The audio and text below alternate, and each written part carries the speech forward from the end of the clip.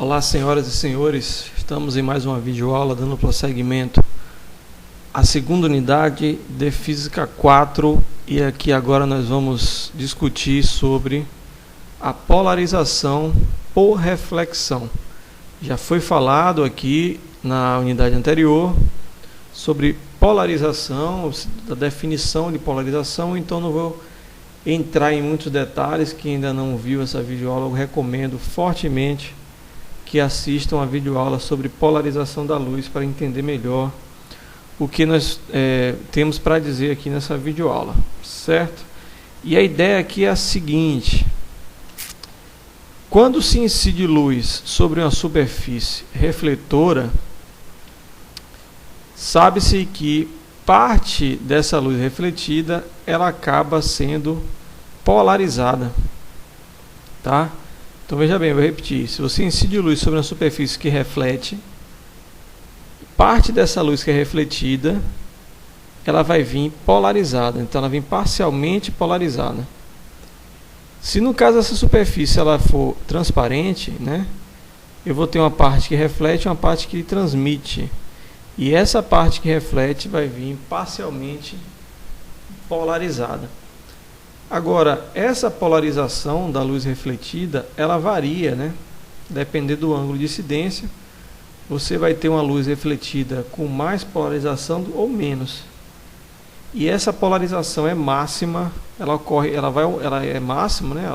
A luz refletida tem polarização máxima quando o ângulo de incidência atinge o chamado ângulo de polarização ou ângulo de Brewster. Eu não sei exatamente a pronúncia.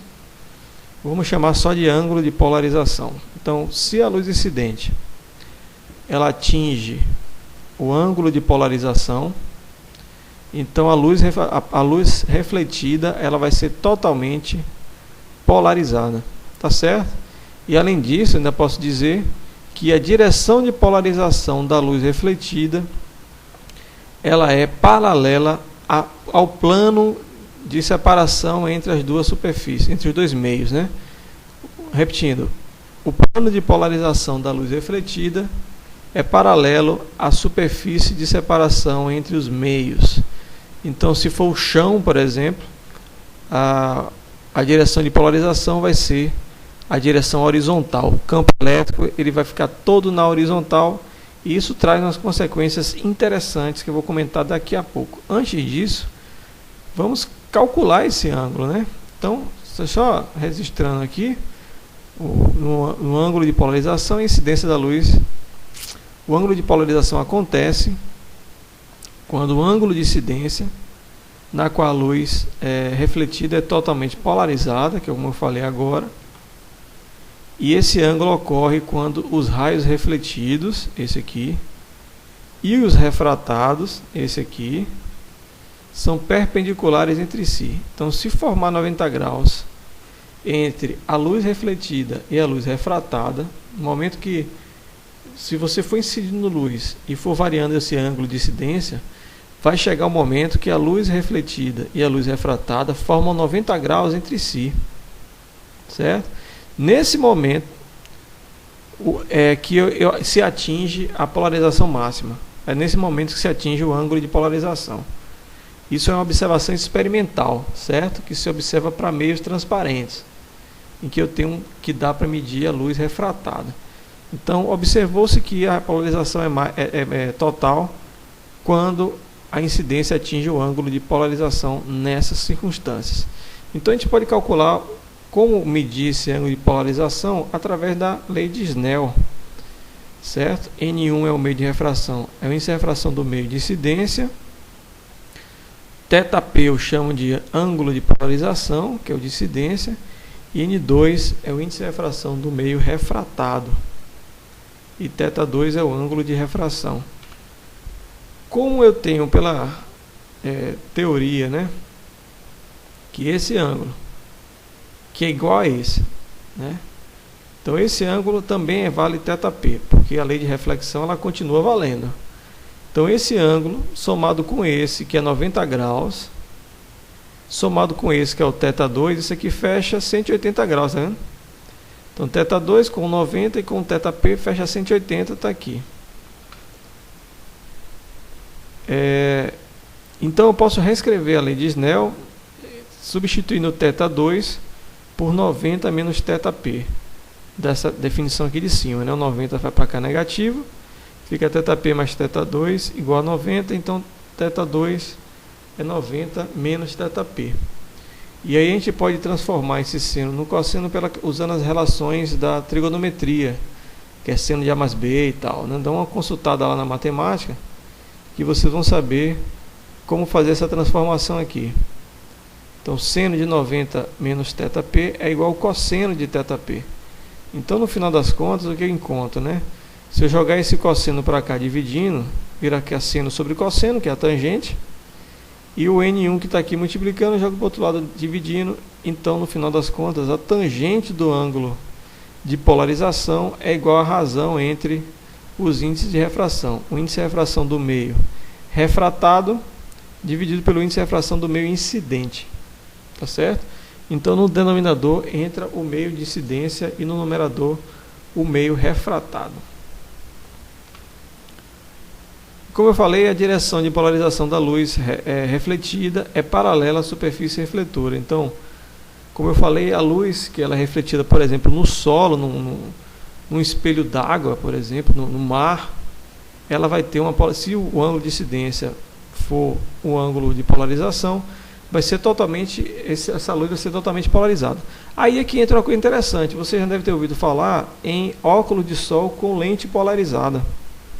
A ideia é justamente essa, é você colocar no óculos de sol um filtro polarizador que tenha direção vertical. Olha aí o que acontece. Se você usa óculos que tem um filtro polarizador na vertical, a luz que bate no solo e reflete, que gera aquele brilho, né, aquele reflexo que às vezes incomoda, principalmente para quem dirige, né? Então, com um óculos de sol que tem filtro polarizador, ele consegue absorver essa luz que é refletida no chão, aqui é a luz gerada pelo que o sol reflete no chão, por exemplo. E aí você consegue melhorar a visão por conta disso, né? Porque ele absorve somente essa quantidade de luz que vem do sol, que bate no chão e reflete. Os outros objetos que são refletidos por outros ângulos não tem tanta luz polarizada assim, então ele não absorve tanto aquela luz. Eu peguei uma imagem da internet aqui, né, para mostrar. Eu não sei se é exatamente isso, porque eu nunca usei óculos com lente polarizada, porque são óculos um pouco mais caros, né?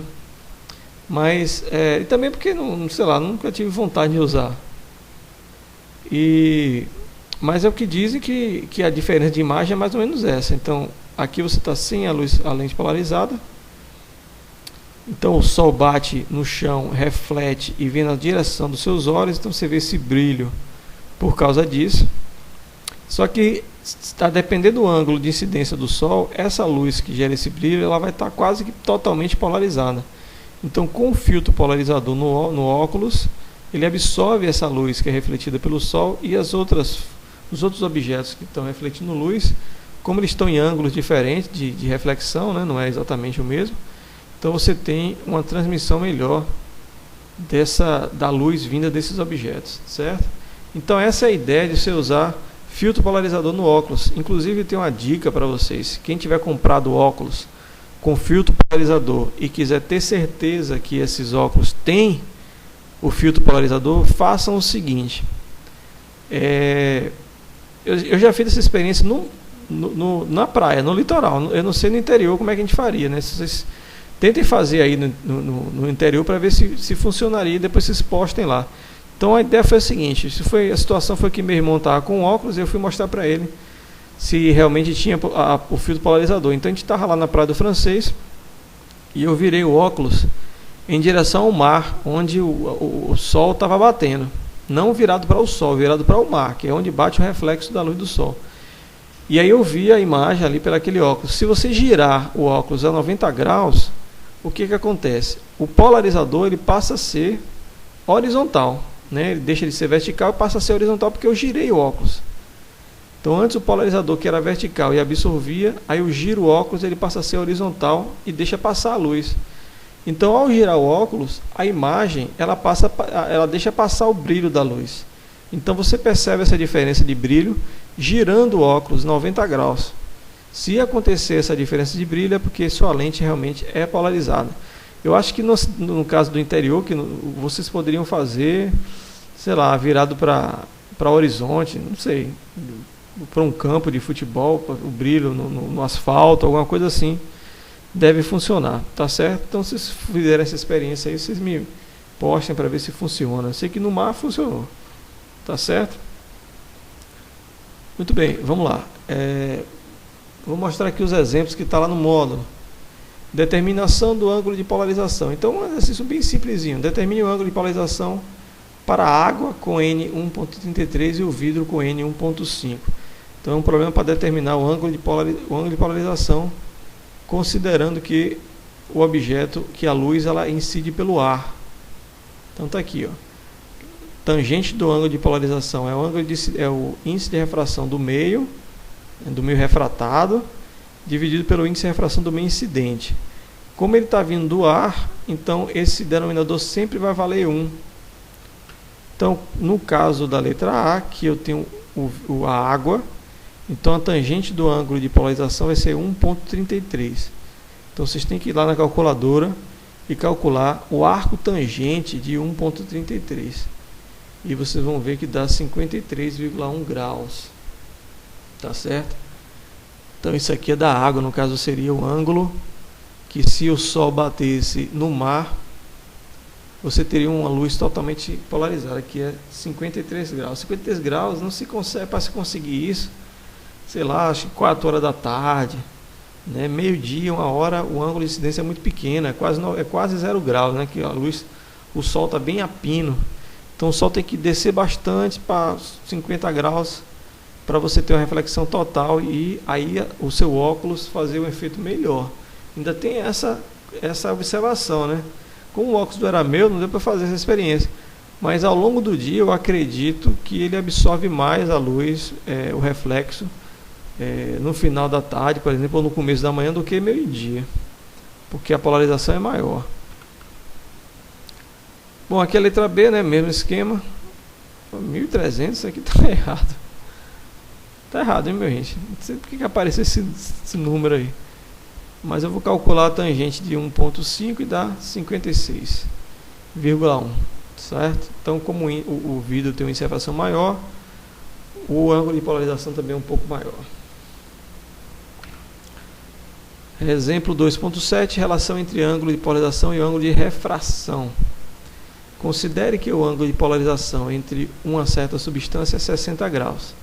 Então, ele já dá o ângulo de polarização aqui. Primeiro, calcule o ângulo de refração da luz incidente nesse ângulo e o índice de refração da substância. Então, ele dá o ângulo de polarização.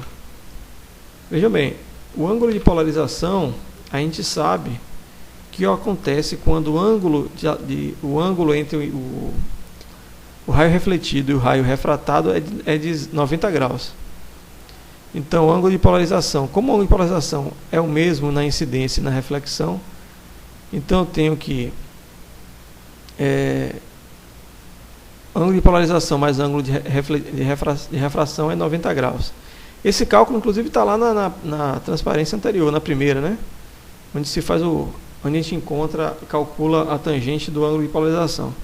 Então, a gente viu que o ângulo de polarização mais o ângulo de refração formam 90 graus entre si. Então, só faço substituir aqui, ó, o ângulo de polarização. Boto 90, aqui. Boto 60. E aí eu subtraio e encontro que o ângulo de refração é de 30 graus. E para calcular o índice de refração, eu vou considerar que o meio de incidência é o ar. Então, eu vou chamar isso aqui de 1. O N1 de 1. E aí o índice de refração 2 vai ser a tangente do ângulo de polarização, que é 60 graus. Calcula a tangente, então o índice de refração vale 1.7. Tá certo? Então é isso que eu queria mostrar. Espero que tenha ficado claro. E novamente lembrando, qualquer dúvida postem na plataforma. Beleza? Um abraço e fui!